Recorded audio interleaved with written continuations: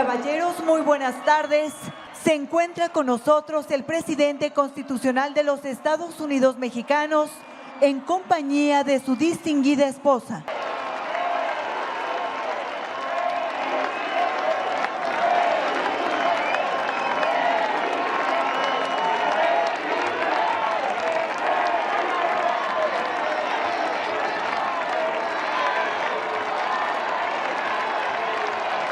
Damos la más cordial bienvenida al presidente constitucional de los Estados Unidos mexicanos y comandante supremo de las Fuerzas Armadas, licenciado Andrés Manuel López Obrador.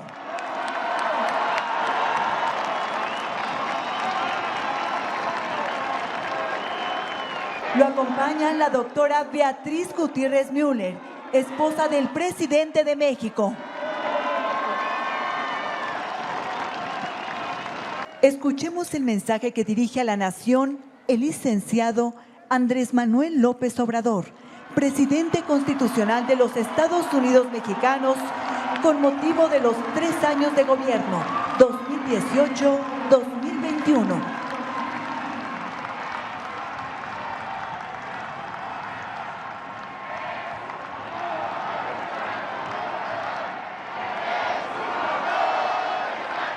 Amigas, amigos, como en los mejores tiempos, nos volvemos a concentrar en este zócalo democrático de la capital de la República. Ya estamos cumpliendo con aumentar la pensión a 9 millones de adultos mayores de 65 años. Aumentaremos la pensión para niñas y niños con discapacidad y estamos acordando con los gobiernos estatales extenderla a todas las edades, hacerla universal. A partir de enero del año próximo aumentará el monto de las becas a estudiantes de familias pobres, de preescolar hasta nivel superior. Garantizar la salud pública ha sido todo un desafío. Vendían medicinas no solo a precios exagerados, sino incluso adulteradas o de bajísima calidad. Además, durante el periodo neoliberal fue tanto el abandono de la educación pública que no contamos, desgraciadamente, con los médicos que necesita el país. El control de la pandemia nos está permitiendo regresar a nuestro plan original de 4 puntos para mejorar los servicios de salud: médicos, medicamentos, buenas instalaciones y basificación a los trabajadores del sector. Y junto con becas que otorgaremos para hacer estudios en el extranjero, en el 2024 el déficit de especialistas se reducirá en 25%. En enero se iniciará un plan general de distribución de medicamentos apoyado por las Fuerzas Armadas, con transporte terrestre y aéreo para hacer llegar las medicinas hasta los centros de salud y hospitales más apartados del país. En síntesis, el sueño que quiero convertir en realidad es que al final del gobierno el sistema de salud pública permita que cualquier persona, sin importar su condición económica, social o cultural, sea atendida como lo merece, con médicos, especialistas, estudios y medicamentos gratuitos, y que la salud deje de ser, en definitiva, un privilegio y se convierta en un derecho universal de nuestro pueblo. Nada puede sustituir la educación presencial, no solo porque es una forma de aprendizaje más efectiva, sino porque permite la convivencia social en la escuela. La escuela es el segundo hogar para los estudiantes. Y hoy están asistiendo a las aulas 23.5 millones de estudiantes de nivel básico, con el apoyo, y lo reconozco y lo agradezco, de 1.800.000 maestras, maestros y trabajadores de la educación. Hay factores que ayudarán mucho a seguir produciendo alimentos y a revertir el abandono del campo. Uno de ellos será seguir beneficiando a los pequeños productores comuneros, ejidatarios, pequeños propietarios con precios de garantía, la entrega de fertilizantes gratuitos y los programas de producción para el bienestar. También impulsaremos la economía con la incorporación de 100,000 hectáreas de canales de riego que estarán terminados en 2024 y que estamos construyendo en el norte de Nayarit y en las presas de Santa María y Picachos en Sinaloa, así como el nuevo distrito de riego de los pueblos yaquis. En el sector energético lograremos, en general, tendremos capacidad para refinar alrededor de 1.880.000 barriles diarios de gasolina, diésel y turbocina, que equivale a garantizar nuestro consumo nacional. En mi reciente viaje a Washington propuse 3 acciones básicas. Primero, un plan de inversión en América del Norte y en todo el continente para la sustitución de importaciones, el apoyo a países centroamericanos para reducir el fenómeno migratorio y el respaldo a la iniciativa del presidente Biden para regularizar a 11 millones de migrantes indocumentados, mayoritariamente paisanos nuestros que viven y trabajan honradamente en ese país. Casi todos los pronósticos coinciden en que la economía crecerá este año alrededor del 6%. No hemos contratado deuda pública adicional. El peso no se devaluó durante los primeros 2 años y 11 meses del sexenio, como no sucedía en 3 décadas. Sin embargo, por factores externos, en noviembre se depreció en 4%. Se acordó entre el sector obrero, el patronal y el gobierno, por consenso, un aumento del salario mínimo del 22% para el año próximo, lo cual significa que durante nuestra gestión el incremento al salario mínimo ha sido del 65% en términos reales, algo que no ocurría en más de 3 décadas. Y el salario mínimo en la zona fronteriza ha crecido más del doble en el tiempo que estamos en el gobierno. No hemos aumentado los precios de las gasolinas, el diésel y la electricidad en términos reales. El gas ha aumentado un poco por encima de la inflación, pero ya se establecieron precios máximos y se creó Gas Bienestar, que se irá ampliando para garantizar precios justos. También es satisfactorio informar que hemos recuperado 1.395.000 empleos que se perdieron por la pandemia y se han creado 320,000 puestos adicionales, de modo que ahora se tiene la cifra más alta de la historia en cuanto a empleo formal, con 20.933.000 trabajadores registrados, inscritos en el Instituto Mexicano del Seguro Social y con un salario promedio también inédito de 13,000 pesos mensuales. Se gobierna con el pueblo, esa es la democracia, gobierno del pueblo, para el pueblo y con el pueblo. ¿Qué sería de nuestro gobierno sin el respaldo del pueblo? ¡Que viva el pueblo de México! La pandemia no desembocó en una crisis de consumo, gracias, como ya lo expresé, a las remesas y a los apoyos de los programas de bienestar que llegan y se aplican de abajo hacia arriba, no como antes, que primero eran los de arriba, porque decían que si llovía fuerte arriba, goteaba abajo, como si la riqueza fuese permeable o contagiosa. Que se vayan al carajo con ese cuento.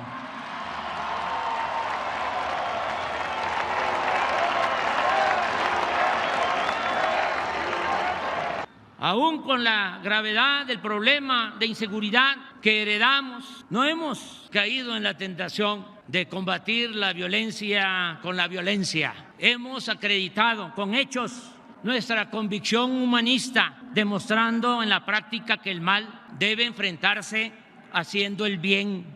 que la paz es fruto de la justicia, que el ser humano no es malo por naturaleza y que son las circunstancias las que llevan a algunos a las filas de la delincuencia. Podrá llevarnos tiempo el pacificar el país, pero la fórmula más segura es atender las causas de fondo que generan la inseguridad y la delincuencia, la pobreza, la desintegración social, la desintegración familiar, la corrupción, la desigualdad que produce frustración, la pérdida de valores culturales, morales, espirituales. Por eso nos hemos empeñado en atender a los jóvenes. ¡Arriba los jóvenes!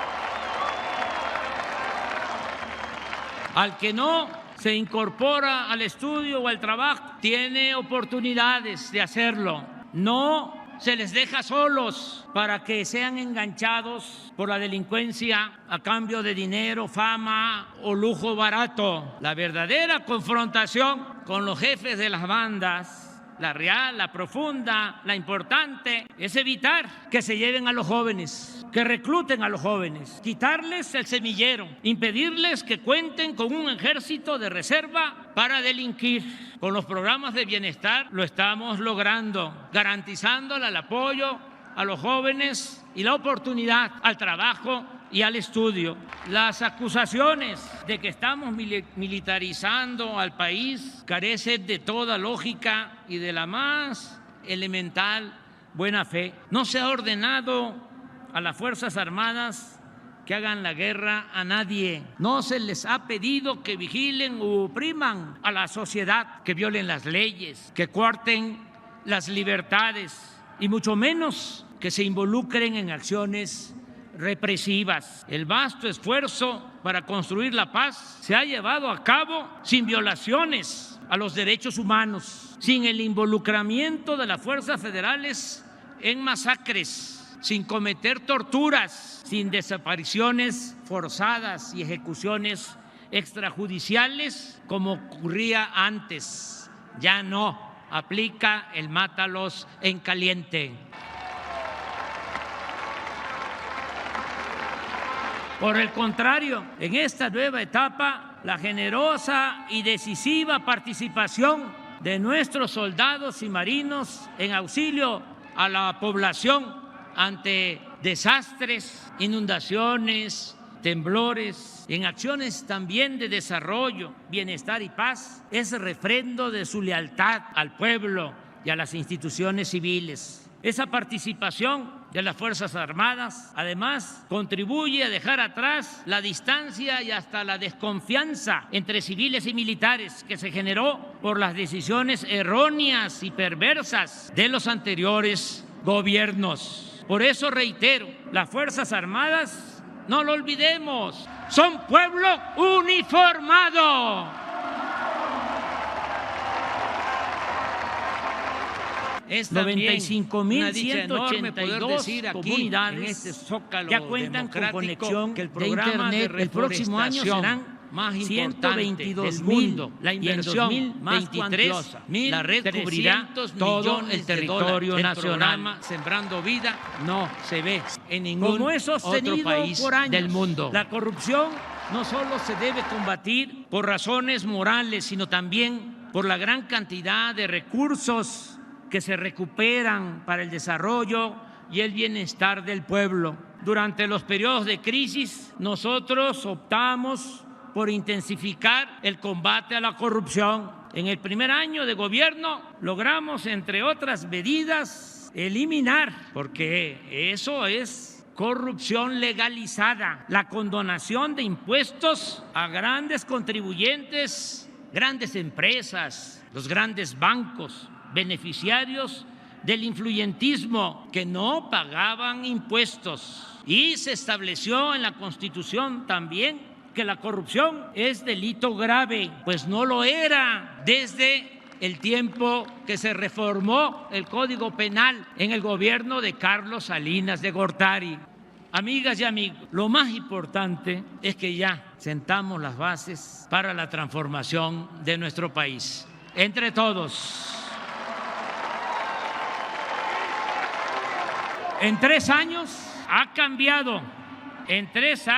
cambiado, como nunca la mentalidad del pueblo, que eso es lo más importante de todo. La revolución de las conciencias, el cambio de mentalidad, eso es lo más cercano a lo esencial, a lo mero principal, y eso es lo más cercano a lo irreversible. Pueden darle marcha atrás a lo material, pero no van a poder cambiar la conciencia que ha tomado en este tiempo el pueblo de México.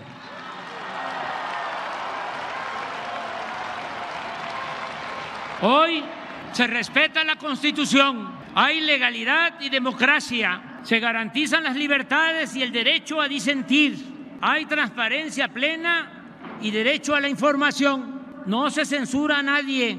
Desde el Poder Federal no se organizan fraudes electorales como era antes. El gobierno ya no representa a una minoría, sino a todos los mexicanos, de todas las clases, culturas y creencias. Se gobierna con austeridad y con autoridad moral. No se tolera la corrupción ni se permite la impunidad. En la práctica no hay fueros ni privilegios. Se atiende a todos, se respeta a todos, pero se le da preferencia a los pobres. Por el bien de todos, primero los pobres.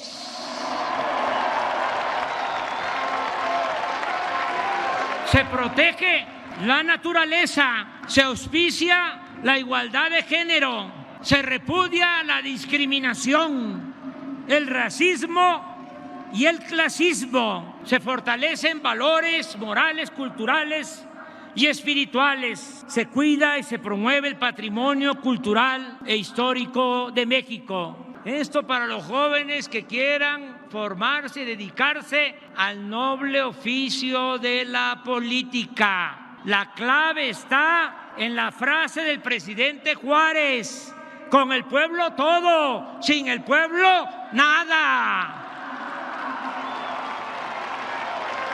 Nada se logra. Y esto aplica en México y en todo el mundo. Nada se logra con las medias tintas. Los publicistas del periodo neoliberal, que ya se fue, se está terminando esa pesadilla. Los publicistas del periodo neoliberal, además de la risa fingida, el peinado engominado y la falsedad en la imagen, siempre recomiendan a los candidatos y gobernantes correrse al centro, es decir, quedar bien con todos. Pues no. Eso es un error. El noble oficio de la política exige autenticidad y definiciones. Ser de izquierda es anclarnos en nuestros ideales y principios, no desdibujarnos, no zigzaguear. Si somos auténticos, si hablamos con la verdad y nos pronunciamos por los pobres y por la justicia, mantendremos identidad, y ello puede significar simpatía, no solo de los de abajo, sino también de la gente lúcida y humana, de la clase media y alta. Y con eso basta para enfrentar a las fuerzas conservadoras, a los reaccionarios. En abril del año próximo vamos a probar de nuevo qué tanto respaldo tiene nuestra política de transformación. Sabremos si vamos bien o no. Con la consulta para la revocación del mandato se le preguntará al pueblo, que es el soberano, el que manda, si quiere que yo continúe en la presidencia o que renuncie.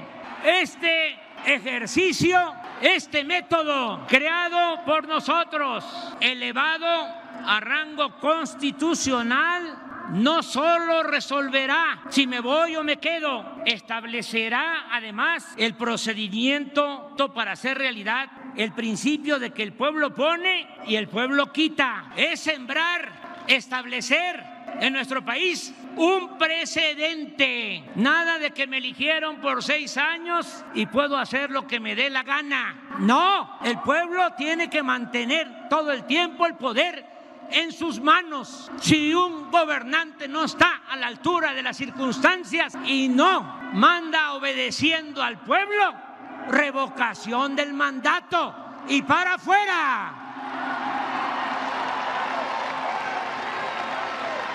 Y eso ha sido una obra, repito, de todas y de todos, de un nosotros que hoy está aquí representado por ustedes, mujeres y hombres libres y conscientes, protagonistas principales de la cuarta transformación de México. Gracias, pueblo de México. Gracias de todo corazón. ¡Que viva México! ¡Viva México! ¡Viva México! Su atención, por favor. Se invita a todos los presentes a entonar nuestro himno nacional,